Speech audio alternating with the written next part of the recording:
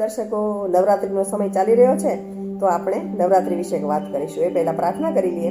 શ્રી ગણેશાય નમઃ, શ્રી સરસ્વત્યે નમઃ, શ્રી માતૃ પિતૃ ચરણ કમલેભ્યો નમઃ, શ્રી કુલદેવ્યે નમઃ. યા શ્રી સ્વયં સુકૃતિનામ ભવનેશ્વરલક્ષ્મી પાપાત્મનામ કૃતધિયામ હૃદયેષુ બુદ્ધિ શ્રદ્ધા સતામ કુલજના પ્રભવસ્ય લજ્જાસ્તામ તામ નતાસ્મ પરિપાલય દેવી વિશ્વમ. શ્રી માત્રે નમઃ. દર્શકો, આપ સૌ જાણો છો કે આપણે ત્યાં વર્ષમાં 4 નવરાત્રી આવે છે. મહા મહિનામાં આવે, ચૈત્ર મહિનામાં આવે, અષાઢ મહિના અને આસુ મહિનાની અંદર. આ 4 મહિનાની અંદર માતાની ઉપાસના કરવામાં આવે છે. આદિશક્તિની, પરાશક્તિની, નવદુર્ગાની, શ્રી વિદ્યાની ઉપાસના થાય છે. આસો મહિનાની નવરાત્રીને શારદીય નવરાત્રી કહેવામાં આવે છે, તેને મોટી નવરાત્રી કહેવામાં આવે છે, જ્યારે બાકીની ત્રણેયને ગુપ્ત નવરાત્રી કહેવામાં આવે છે. આમાં માની કહેવાય ને કે 10 વિદ્યાની પૂજા થાય છે.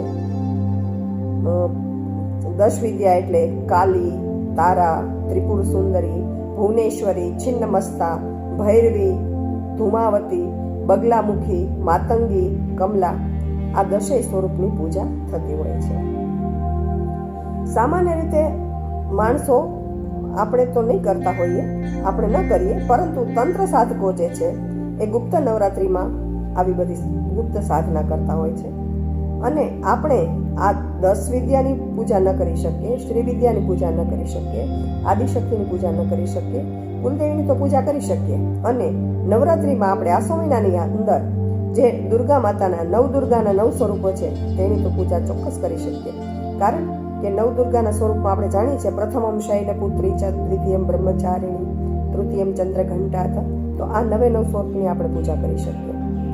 ચાતુર્માસમાં હવે નવરાત્રી પૂરી થાય એટલે તરત જ દેવશયની એકાદશી, અને એકાદશીથી ચાતુર્માસ શરૂ થાય.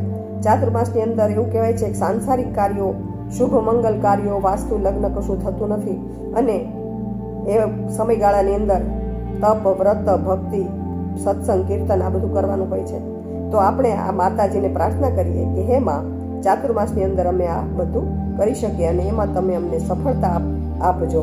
એટલે આપણે ચાતુર્માસ શરૂ થાય પહેલા માને પ્રાર્થના કરીએ. એ સિવાય આ વરસાદનો સમય છે, ખેતીનો સમય છે, તો માને એવી પણ પ્રાર્થના કરીએ કે હે માં, અમારા ખેતરમાં ખેતીની ઉપજ સારી થાય અને અમારે ત્યાં, અમારા દેશમાં બધા ધન ધાન્ય માટે કોઈ દુઃખી ન થાય, એવી પણ પ્રાર્થના આપણે કરીએ. અને વરસાદને કારણે જે કંઈ રોગો ઉત્પન્ન થાય છે એ રોગોથી આપણી માં રક્ષા કરે, એવી પણ પ્રાર્થના કરીએ. અને માને પ્રાર્થના કરીએ કે હે માં, તમે અમારા મનનો મેલ દૂર કરો. અને એટલું જ નહીં, પણ આપણા શરીરનો મેલ, આપણે સ્નાન કરી લઈએ એટલે શરીરનો મેલ દૂર થઈ જાય, પણ શરીરનો જે કચરો છે તે પણ દૂર થાય. એટલે આપણે ઉપવાસ કરીએ, કારણ કે ડિટોક્સ જેને કહીએ છીએ ને આજના જમાનામાં, તે ડિટોક્સ થઈ જાય એટલે આપણું શરીર તંદુરસ્ત બને, નિરામય બને. અને તમને કદાચ ખબર હશે કે રામ શર્મા આચાર્ય, જે ગાયત્રીના ઉપાસક છે, તેમણે તેમના એક આધ્યાત્મિક સંશોધનમાં એવું જણાવેલું કે આપણા જે ઋષિમુનિઓ હતા ને, બધા જે ઋષિમુનિઓ, એ માત્ર માનવ ચેતનાના જાણકાર જ હતા એવું નહોતું, પરંતુ તે ભૌતિક વિજ્ઞાન, પર્યાવરણ વિજ્ઞાનના પણ નિષ્ણાત હતા. અને એટલે જ એણે આપણા માટે આવી રીતે નવરાત્રીઓની ગોઠવણ કરી છે. આસો મહિનામાં નવરાત્રીની ઉજવણી એમ કહેવાય કે બાહ્ય સ્વરૂપે, બાહ્ય રીતે ઉજવણી થતી હોય છે. અને એટલા માટે આપણે જોઈએ છે કે શેરીએ શેરીએ નવરાત્રી માતાજીની સ્થાપના થાય, ગરબા થાય, મેળાવડા જેવી મોટા મોટા ગરબાના પંડાલ પણ નખાતા હોય છે. તો આ બાહ્ય ઉજવણી થતી હોય છે. જ્યારે મા મહિનાની અંદર, અષાઢ મહિનાની અંદર અને ચૈત્ર મહિનાની અંદર આંતરિક ઉજવણી કરવાની હોય છે.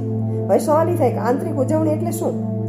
તો આ 9 દિવસ આપણે મૌન રાખીએ, જપ કરીએ, સાત્વિક ભોજન લઈએ, બ્રહ્મચર્યનું પાલન કરીએ. આ બધું મનનો મેલ ધોવાનું કામ કરે છે. તો જ્યારે મનનો મેલ ધોવાઈ જાય ને, ત્યારે આપણી આંતરિક ઉજવણી સાચા અર્થમાં થઈ શકે છે. આ નવરાત્રીમાં સામાન્ય રીતે જે આપણે 10 મહાવિદ્યાની પૂજા કરાતી હોય છે તે ન થાય તો નવદુર્ગાની પૂજા કરીએ. ગુજરાતીમાં કહેવાય છે કે આસોમાં માં નાચે અને અષાઢેમાં અંતર જગાડે. એટલે અષાઢની, ચૈત્ર મહિનાની કે મહા મહિનાની નવરાત્રિની આપણે સાધના કરીએ, ઉપાસના કરીએ તો આપણો અંતરાત્મા જાગે છે, આપણા અંતર પવિત્ર થાય છે, આપણું માની સાથે જોડાણ થાય છે. તો માતાની ભક્તો ઉપર અસીમ કૃપા છે અને એ કૃપા આપણી ઉપર પણ વરસે એટલે આપણે પ્રાર્થના કરીએ અને ગુપ્ત નવરાત્રિમાં આપણે ભક્તની મનોકામના પૂર્ણ કરનાર માતાજીની સાધના કરીએ. જો થઈ શકે તો નવરાત્રિની જેમ એટલે આસો મહિનાની નવરાત્રિની જેમ 9 દિવસ આપણે માતાનું સ્થાપન કરીએ, પૂજા આરાધના કરીએ.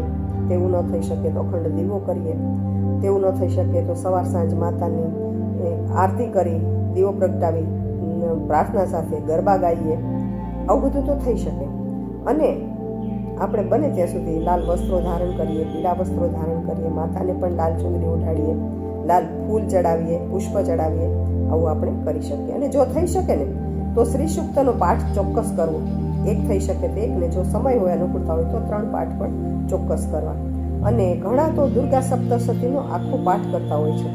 આખો પાઠ થાય તો ઉત્તમ છે, પણ જો આપણાથી તે ન થઈ શકે તો 4થો અધ્યાય, 5મો અધ્યાય અને 11મા અધ્યાયનો પાઠ અચૂક કરવો.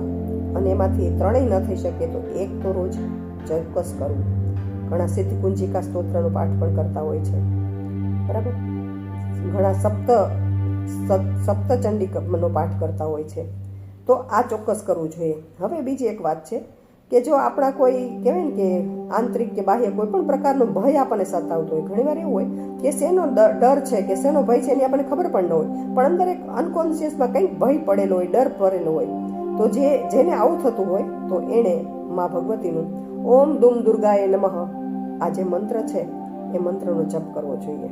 નવરાત્રિમાં 9 દિવસ જો આ જપ કરે તો એનો ભય દૂર થઈ જાય.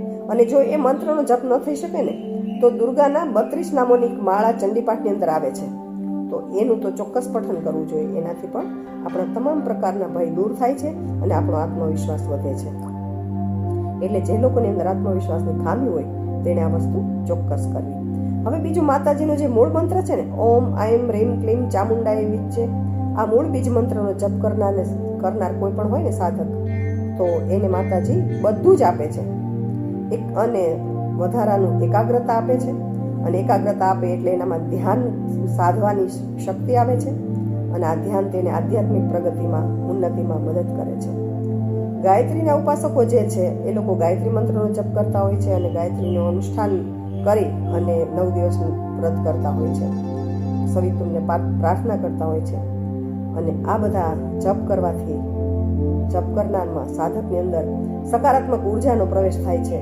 અને એ કહેવાય ને કે એની અંદર એનું મન, એની બુદ્ધિ, એનું ચિત્ત શુદ્ધ અને પવિત્ર થાય છે.